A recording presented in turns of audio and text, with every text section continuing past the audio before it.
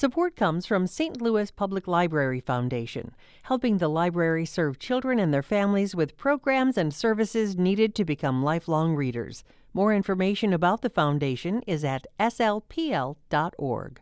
This is St. Louis on the Air from St. Louis Public Radio. I'm Elaine Cha.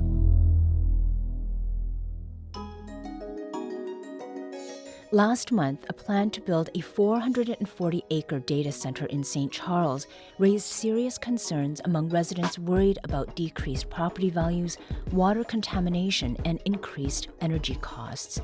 Their voices were ultimately heard. Not only was the data center proposal rejected, it also led to a one-year ban by the St. Charles City Council on data center applications. Also among resident worries was a lack of transparency. There has been a cloud of mystery surrounding who is behind this massive undertaking.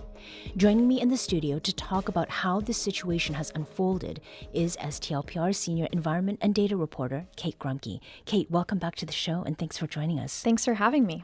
So your first report about this data center story was published in mid-August, and that was when you covered an open house in St. Charles where residents spoke up about those concerns regarding this proposed data center.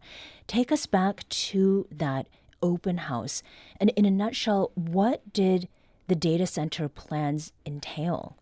So the open house was run kind of like a science fair. There were tables addressing different concerns that residents had about the data center. And it was packed with people who were wearing red shirts that had the kind of no symbol with data center in it. They had signs saying that they were opposed to it. And so the data center, we didn't actually have a ton of information about who it was. There was a lawyer for the end user company there who wouldn't name the company, but said that it was a Fortune 100 company and that this was a hyperscale data center. So that means typically a really huge one that's used for AI. And what was it that you knew about the data center and these plans before you attended that city council meeting? So we knew that it was being developed by CRG, which is a data center building arm of Clayco. We knew that it was a $1 billion project, that it was a 440-acre lot off of 370, and we knew that people were worried about how this might affect water in the area, energy prices for everyone. But then there's a lot that we didn't know because city officials had signed non-disclosure agreements. And the residents of St. Charles themselves, what did they share with you directly? They were really frustrated. Everyone that I talked to felt like they didn't have enough information about the project. They were really worried about it, and they felt like their voices were not being heard in the process. And for the people that live right next to where the data center was going in, they felt like they should have a right to know more about it. Mm-hmm. So overwhelmingly, it was opposition. Was there anybody there who spoke in favor of having this data center built? Yeah, the lawyer for the company was in favor of it. But there were development officials there who thought that it would be a good project. Couldn't say much about it, but said that they thought it would be a good thing for this company to come into the St. Louis area. Mm-hmm. And when you mentioned the Fortune 100 company, it almost sounds like they thought people would be won over by that. Yeah, by it being so big. And you know what's interesting? That same language, we've heard it in other places across the country. Okay, we're going to come back to that for sure. Now, eventually, the plans for the data center were rejected. Actually, they were pulled. They were pulled. Yeah, Okay. so the developer itself actually pulled the proposal, and they said they're going to come back. So it wasn't actually voted on. They kind of did that so that it wouldn't be voted on. So it's not necessarily dead. It's definitely a possibility that they'll come back. They said they would. I want to introduce another voice to this conversation, and that is our colleague, Kavahn Mansouri, who is STLPR's economic development reporter. Kavahn, welcome back to the show. Thanks for having me. And $1 billion, I can see why this is something that we're talking Yes. about here. So along with the concerns, about the proposed data centers project and its decreasing property values, introducing contamination to the water, and increasing energy costs for residents around there, this transparency issue was also huge. And St. Charles residents not knowing what was behind these data center plans, that was something that you were looking into.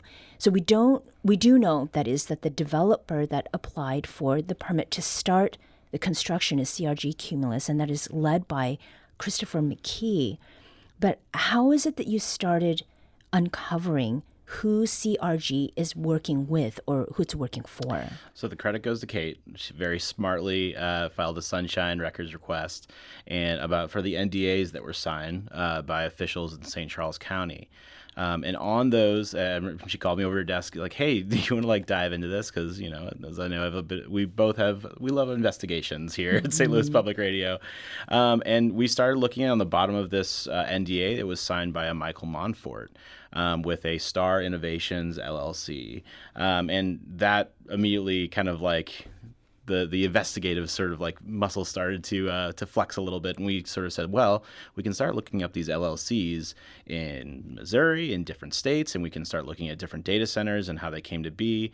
And it started with just kind of looking up this Star Innovations LLC. They had a project down in West Memphis, was it, where we found them, and there were two names on that LLC: Michael Montfort, who had signed that NDA, and a David Thomas, which is a pretty general name. So, but Michael Montfort is a name that we highlighted David Thomas. And then we started talking more, and we saw that we thought, well, there's another project in Kansas City that actually Google has claimed as their own. We looked up that, AG Rose Solutions LLC, through the Missouri LLC lookup, which everyone can use, and there is David Thomas's name. So we did this for... Kate, I would say we ended up finding, it was 7 LLCs and 6 Google data centers. So in Indianapolis, Kansas City, West Memphis, and then 3 in Northern Virginia. Right. Mm-hmm. And what we found is over and over again, these 2 names were in the very early stages of data centers that were eventually claimed by Google. Mm-hmm. How did you know where to start, Kate? And I ask this because it was residents of St. Charles who showed up to voice their concerns. And in terms of sort of news you can use and what people can do, how did you begin and know where to begin? Yeah, well, people were really frustrated by the even existence of this NDA. They were like, why are our city officials signing a non-disclosure agreement about something that's in the public interest? And so I was like, I want to read that NDA. So we saw Spark Innovations on there. And we actually found that Spark Innovations was involved in the early stages of a West Memphis data center that on Friday, Google said it was behind. Mm-hmm. And so it really just kind of led us down this path of looking at all of these LLCs. And that's another interesting thing about these data centers is that in the beginning, they're often confidential. You don't really know who's building them. And these LLCs, it's interesting that these same guys are making all of these LLCs. We actually found 9 with their names on them, but 7 involved in Google data centers. I just want to clarify. I think earlier I said Star Innovations. I meant Spark. So just don't want to confuse anyone. And they have a lot of different names like Groot LLC, Peanut LLC, Skyward Holdings LLC. So it's all kind of obscured behind these LLCs. And a lot of them go back to Delaware. So there will be a company that basically can form LLCs for you. And, if you call that, it's just like a call center. So that's it kind of, it was hard to find these individuals to talk to them and ask them about, what their involvement is. Mm-hmm. Did city officials there at St. Charles, did they say anything about why they needed to sign an NDA? So the lawyer for the end user company, who still has not been named, said that this is typical with data centers because this is such a competitive environment. So their argument is that a lot of different data centers are competing for the same sites and the same resources. And so they need this to be secretive so that they can outcompete their competitors, I guess. Which, from an economic standpoint, would that not benefit citizens? For them to know, and if there is competition. Possibly. The thing about these data centers is there's a big question about the economic impact. In fact, we just broke a story not 10 minutes ago about St. Louis City thinking about putting a year-long moratorium ban on any data center development. And it's in that memo, the executive director of the St. Louis Planning and Urban Design Agency basically says it's not clear past construction how much money this will bring in. There's a lot of tax things to consider. There's typically not many people working at these data centers. So after the actual construction of them and beyond all the environmental impacts they might have, there's a question of how much money they'll actually bring in. That's something we're looking into. Mm-hmm. One of the other concerns I do want to touch on is water, because this is something that we have talked about before. What does water have to do with this? Yeah, so this is already a protected well district in St. Charles, so it's already kind of water that needs to be protected. And in St. Charles, the specific concern was diesel fuel, so there are kind of backup generators with these data centers in case the power goes out and they need to cool their system in a different way. And so they were actually trying to get a conditional use permit to have that fuel in case it did contaminate the water. That was the concern there. But then just water use is also a concern. So these need to be cooled, and typically they use water to do that, and it's huge amounts of water. So that's another concern, is that it's just going to take a lot of water out of the system. And what is it that we're seeing in other states when it comes, to water, when it comes to economic impact, positive impact or negative impact? Maybe I'll start with you, Kavahn. Again, I mean, there's a lot of questions. There are some communities that say there have been positive impacts, but there's a lot of pushback, especially in West Memphis, where we see this new data center come up. The same sort of pushback that you're seeing in St. Charles. It's a big question, and I think that a lot of cities are trying to figure out how to handle this, if they want to be involved with it, what it could do for their city. I mean, I think in the St. Charles, project, they were saying this could really help the city. This could fund parks and schools and what have you. But then you have to take into consideration, down the line, I don't think that project got far enough to talk about tax abatements and what possible breaks that company could get for building in a place. And that's typically something that, if we look at the economic development side of things, if someone's trying to bring in a big developer, there's typically going to be some tax breaks at least thought about and if not offered. And what is it that makes, building these data centers so competitive? I mean, AI is everywhere, right? Hot, It's hot. It's flooding our lives. I'll throw it to Kate really, but I will say, I was talking with my mom who works sort of in that field recently, and she was just saying it's becoming this sort of almost frivolous thing for some, but they have to have data centers to support that stuff. Yeah, but there's also a lot of speculation about, is this really going to manifest how we think it's going to, or is this just a lot of hype? And that's especially worrying for energy costs. So there's a very real concern that all of our energy costs will go up because of data centers. So the one in St. Charles, that would be an Ameren service territory. I think most of our listeners are Ameren customers as well. And so the concern is that the utility will build power plants for these, and we'll end up paying for that in some way.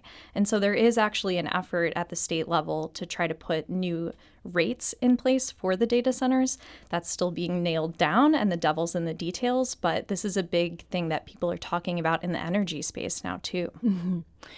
Investigative reporting is something that both of you have done. You've actually done it together. We've talked about that on the show regarding Hazelwood and schools.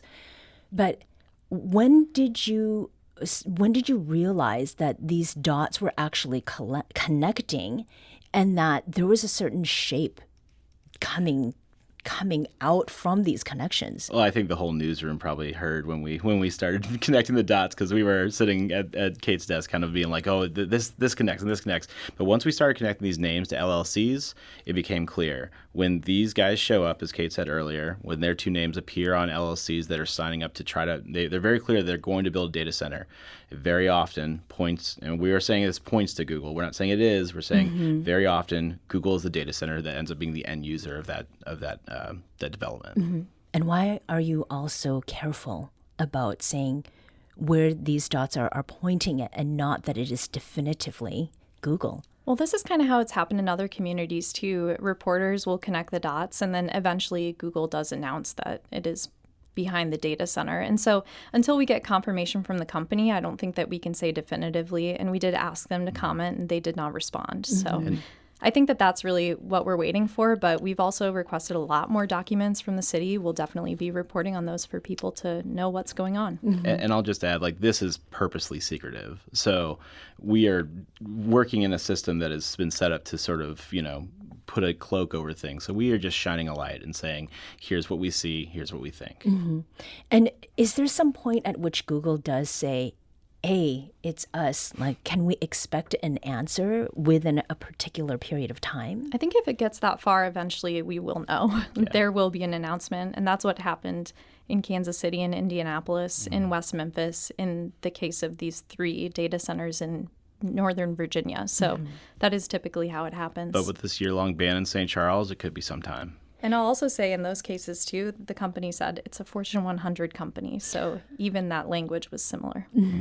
So this is St. Charles. And Kavahn, you mentioned St. Louis City also. That's right. Putting in, do you expect to see other municipalities in the St. Louis area looking more closely at proposals, or also, instituting these 1 year or longer bans? Yeah, Kavahn found a really interesting memo about this that is going to be discussed tonight at a meeting in St. Louis. Yeah, there's a planning commission tonight for St. Louis City, and in the informational documents in there, the executive director of the Planning and Urban Design Agency in St. Louis, Don Rowe, basically talks about data centers. There's 12 data centers. They're smaller. They're not the size of the St. Charles proposal. In St. Louis already, there's another one that's been proposed just around in Midtown, very near us. And they are trying to figure out how to deal with this. The city has a zoning code from the 1950s, and it is not able to handle this sort of very complex thing. So there's a lot of discussion. We're going to see more proposals. I can almost guarantee that. And if people want to reach you with some tips or some pointers, where can they do that? Yeah, my email is kgrum as in Missouri, ke @stlpr.org. Mine's a little bit tougher. KMANSOURI @stlpr.org. You can just Google me. All right. Kavahn Mansouri is Economic Development Reporter for STLPR, and Kate Grumke is St. Louis Public Radio's Senior Environment and Data Reporter. Thank you both for joining us today. Thanks for having us. Thank you.